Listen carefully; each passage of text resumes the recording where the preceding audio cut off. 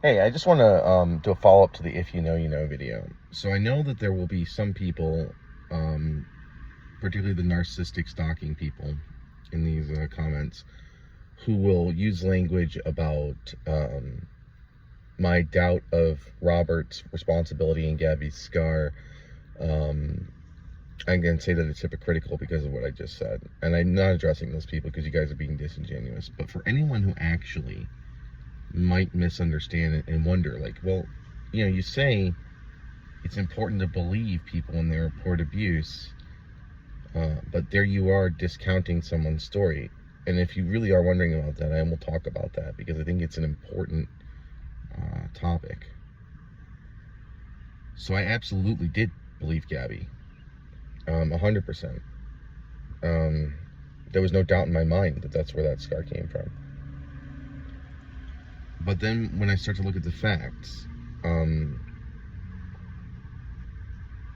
Gabby didn't call the police. Gabby's dad is supposedly a former police officer, but certainly a violent man who has been very aggressive in his brigading of people against me. She has no problem with the capacity for violence. Gabby's bedroom is in her father's house, so this guy did this apparently, got out, no police report was made by either Gabby or her father, and Gabby's father didn't touch him.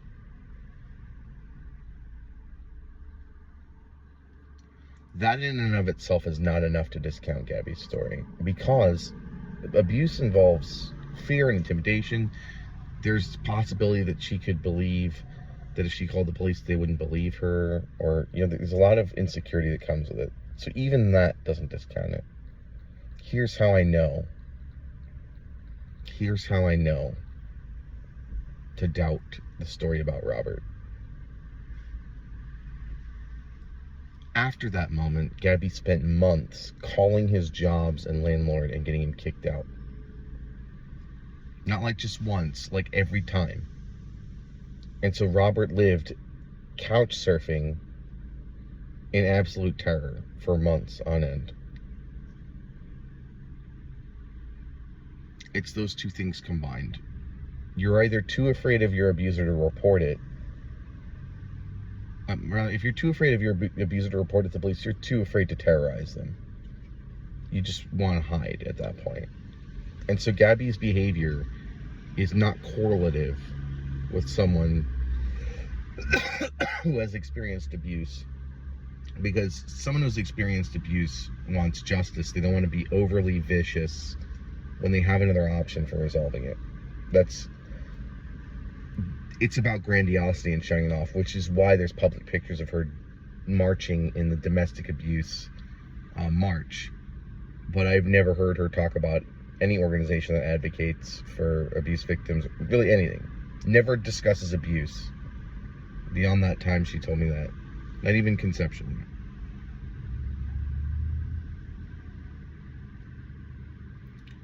And it's really difficult because there were telegraphed signs of abuse when I was speaking to her.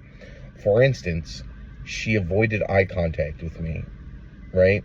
Which is something people do after a violent assault. She cried.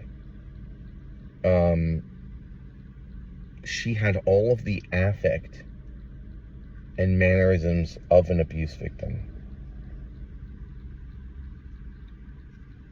And an hour later, it was all gone. The only time we ever talked about Robert ever after that was if I brought up a concern about, I was having nightmares that he was going to come after her or something, and she'd talk with me. Nothing. No mention of it. I've never seen any effect on her from this violent assault since that moment.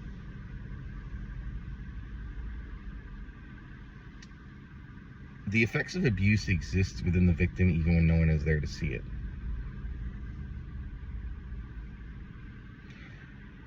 And so when you're dealing with narcissists and people who have psychopathy and things like that, it can sometimes be hard to tell. Sometimes it's about role reversal.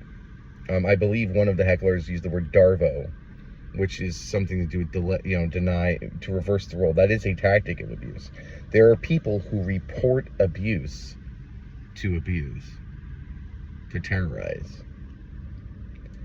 How can you tell, right? Like, when is it reasonable to doubt? Because we don't want to doubt a victim of abuse, but we don't want to participate in the abuse of someone who's been accused, if that's what's going on.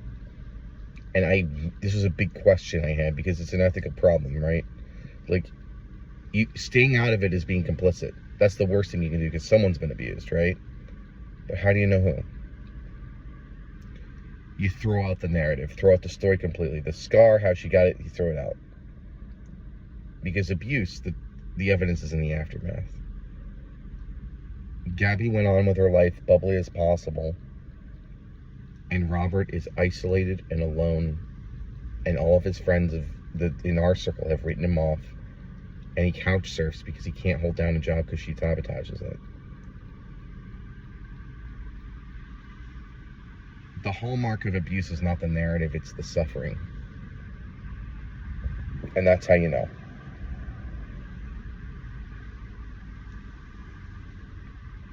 The only way that I could possibly think that Gabby was abused that night, and it was not just an accident that happened during an encounter they were having, is if somehow people with this disorder she have process abuse differently.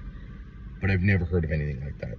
I'm not familiar with it. Maybe people with APD deal with abuse differently, and they dissociate in a way that is in this sort of manner. But you can't dissociate and be vengeful about it at the same time. It just doesn't add up.